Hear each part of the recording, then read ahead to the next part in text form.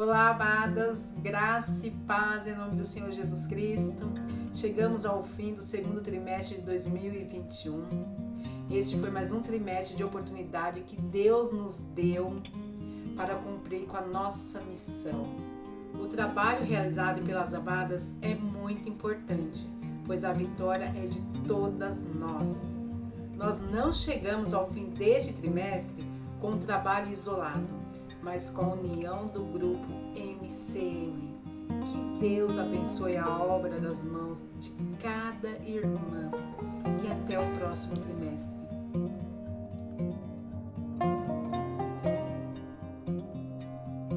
Inclina o meu coração para os teus estatutos e não para a ganância. Desvia os meus olhos das coisas inúteis. Faze-me viver nos caminhos que traçaste. Salmo 119, do 36 ao 37. Amado Deus, graças te dou, pois sei que me ama tanto que é difícil imaginar tamanho amor. Sei que cuidas de mim e daqueles que estão ao meu redor, e por isso te agradeço. Hoje, meu coração se encontra inquieto, preocupado e desconfiado, com medo de perder coisas importantes. Pai, peço o seu auxílio para construir relacionamentos saudáveis, seja amizades, relacionamentos românticos ou familiares. Sou grata a ti, porque, por mais que os outros não sejam fiéis comigo, a tua fidelidade dura para sempre. Isso me basta. Meu amado Deus, por favor, ajude-me a lidar com sentimentos ruins dentro de mim e que a minha autoestima possa melhorar. Lembrando que o meu Pai é o Rei de todas as nações e que minha identidade está em Ti. Meu Deus, Teu é o poder, a glória e a honra para sempre. É no nome de Jesus que eu oro, agradeço e peço que minhas palavras cheguem como um perfume suave ao Senhor. Amém e amém.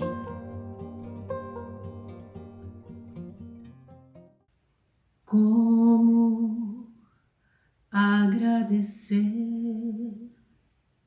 a Jesus tudo que fez por mim, mesmo sem merecer, veio mostrar o seu amor por mim.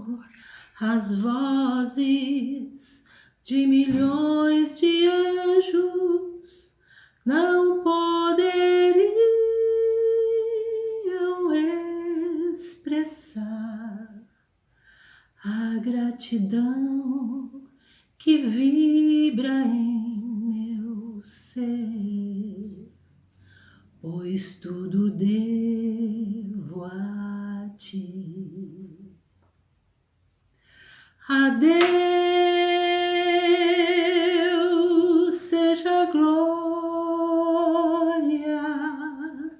a Deus seja a glória,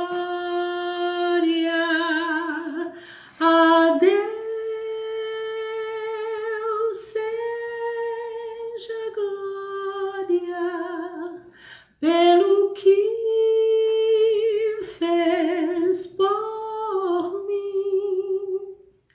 com seu sangue lavou-me, seu poder transformou-me. A Deus seja a glória pelo que fez por mim. Amém, meu Deus. Quero louvar ao Senhor pelo seu infinito amor. Quero dar-lhe honra e glória pela sua salvação, com seu sangue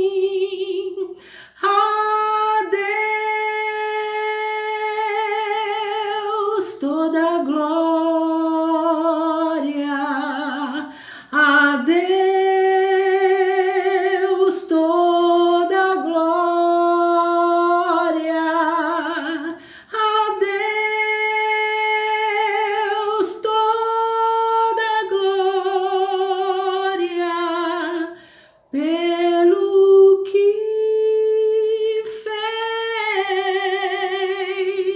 fez, pelo que fez por nós.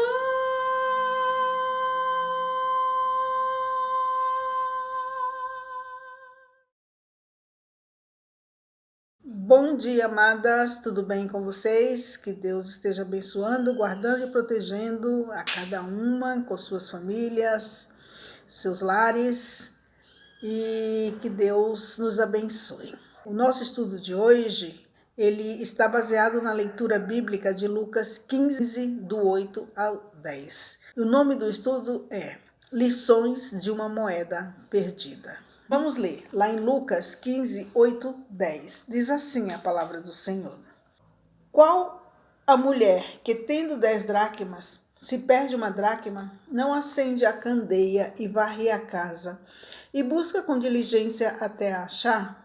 E achando-a, convoca as amigas e vizinhas, dizendo: Alegrai-vos comigo, porque já achei a dracma perdida. Assim vos digo que há alegria diante dos anjos de Deus por um pecador que se arrepende.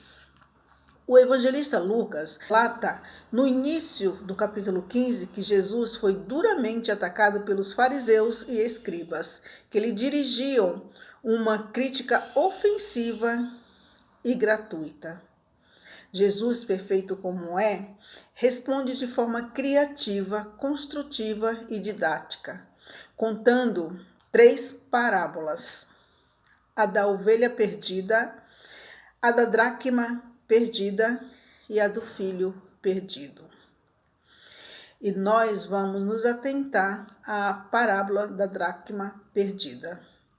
Nessas parábolas apresentadas, temos um padrão de 4 elementos: a perda, a busca, a recuperação e a comemoração. Jesus ilustra assim o esforço divino de ir em busca dos perdidos até encontrá-los, sua atitude de perdoá-los e sua alegria pelo arrependimento, mesmo que seja de somente um deles. Na segunda parábola, a da dracma perdida, Jesus narra que uma mulher perde dentro de sua casa uma das 10 dracmas que possuía. E na busca da moeda perdida, ela acende uma lamparina, varre todo o chão e vasculha cada canto de sua casa. E depois que ela encontra a moeda, ela convida suas vizinhas e suas amigas para comemorar, para festejar com ela. Analisando essa história, descobrimos algumas verdades sobre a graça de Deus, que chamamos de lições de uma moeda perdida. E nós chegamos a 3 lições. A primeira delas nos mostra que Deus ama os perdidos. A primeira lição que nós vemos aqui é: Deus ama os perdidos. Os fariseus e escribas eram praticantes de uma religião legalista. Era baseada nos méritos humanos e não na graça de Deus. E para eles, Deus não pode amar os perdidos. Por isso, eles criticavam a Jesus, como diz em Lucas 15, 2. Que diz assim, lá em Lucas 15, 2. Este, Jesus, recebe pecadores e come com eles. Já os publicanos eram cobradores de impostos, assim chamados por associação com o serviço público. Eles se colocavam em lugares públicos para cobrar tarifas sobre circulação de mercadorias, pessoas, veículos e embarcações. Os publicanos eram odiados pelos judeus, eram considerados traidores da pátria. E por seu contato com todo tipo de gente, eram também considerados impuros. E quem comia e bebia com eles tornavam-se impuro ou imundo. Deus poderia amar alguém assim? Com certeza, né? Deus não faz acepção de pessoas. Deus ama a todos. Para eles, os fariseus e escribas, pecadores, eram os que não guardavam a lei e a sua interpretação farisaica.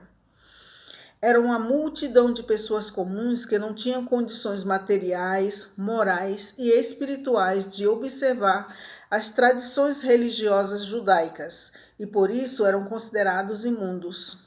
Para os fariseus e escribas, eles não poderiam participar do reino de Deus.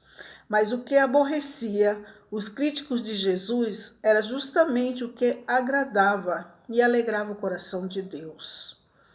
Julgando que Deus não poderia amar os publicanos e pecadores, os escribas e fariseus estavam em oposição ao Senhor, pois o Senhor, tinha enviado seu Filho justamente para quê?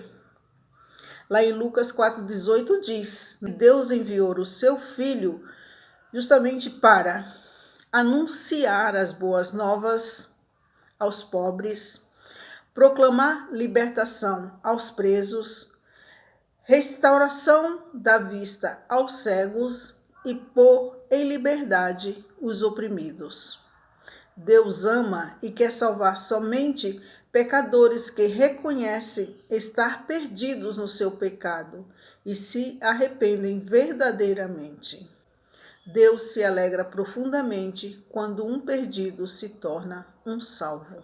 Deus ama os perdidos. Na lição 2, Deus ama a todos os perdidos. Na lição 1, Deus ama os perdidos. Aqui na lição 2, Deus ama a todos os perdidos. É notável que Jesus ali usou 3 figuras que eram vítimas de preconceito e desprezo por parte de seus adversários. Na primeira parábola, Jesus usou de exemplo um pastor de ovelhas, que era um profissional de péssima fama no ambiente palestino.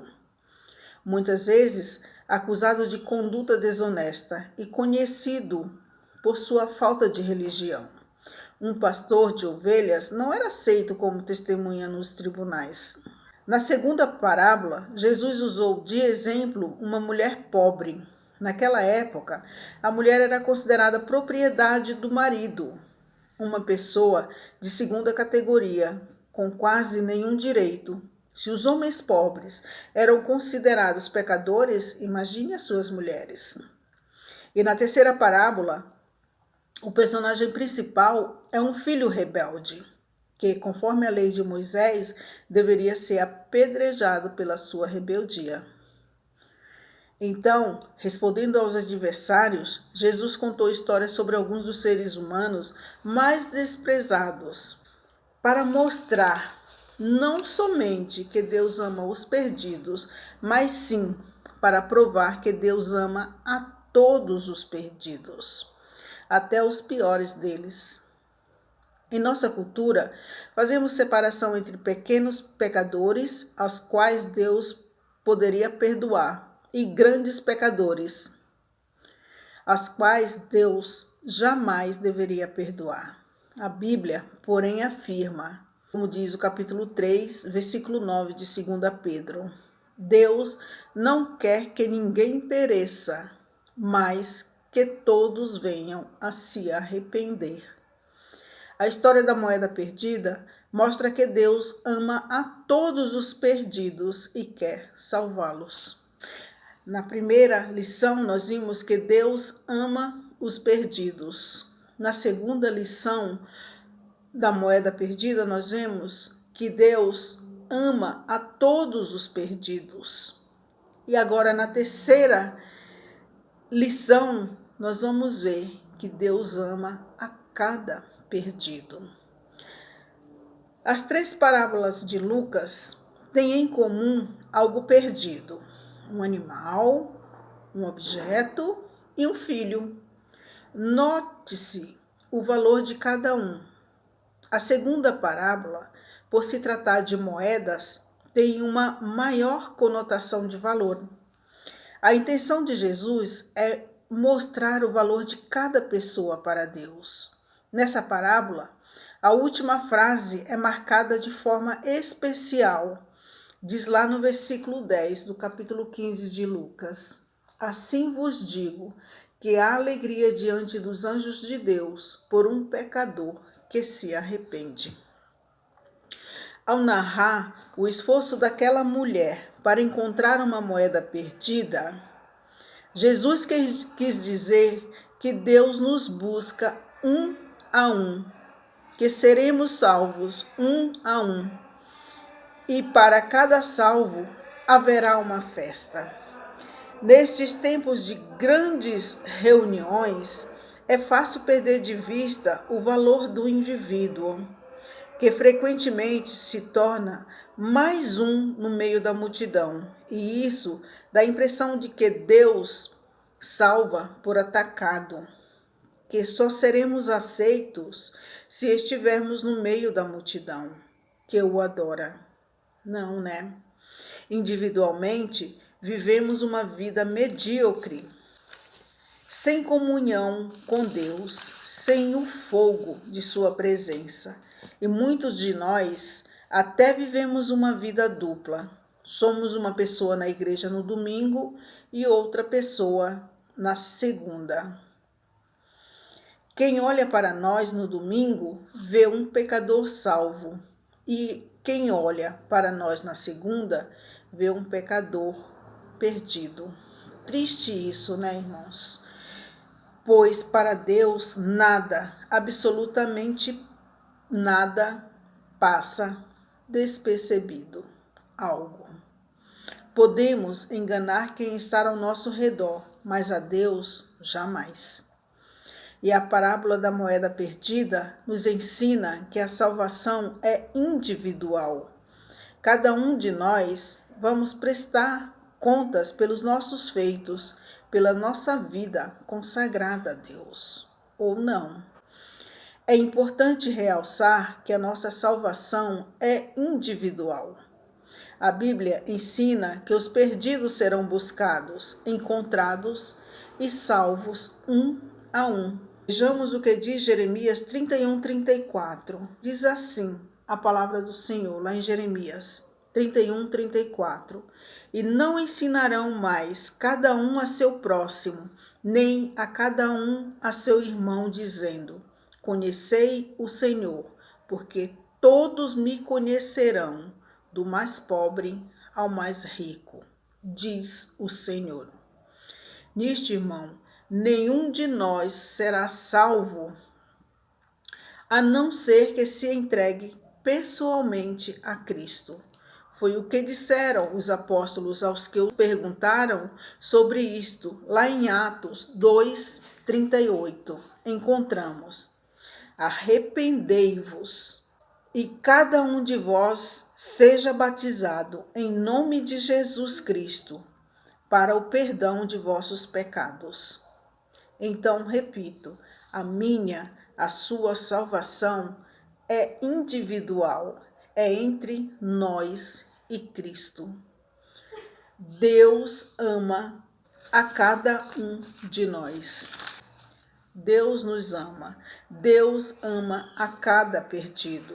Deus ama a todos os perdidos. Deus ama os perdidos.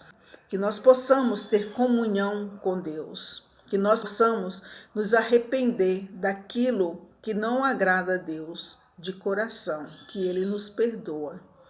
E aqui o autor desse estudo, pastor Silvio Macri, ele dá a conclusão do estudo relatando um testemunho que ele leu de um homem que tinha 8 irmãos, todos crentes, mas ele não era convertido. Assim como a moeda perdida dentro de casa, este filho estava perdido dentro de casa, dentro de um lar cristão, dentro de uma família cristã.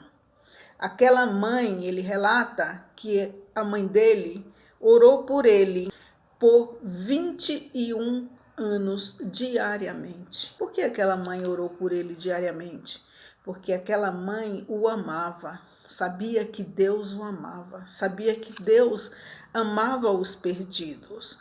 Ele ama a todos os perdidos e ela nunca perdeu a esperança.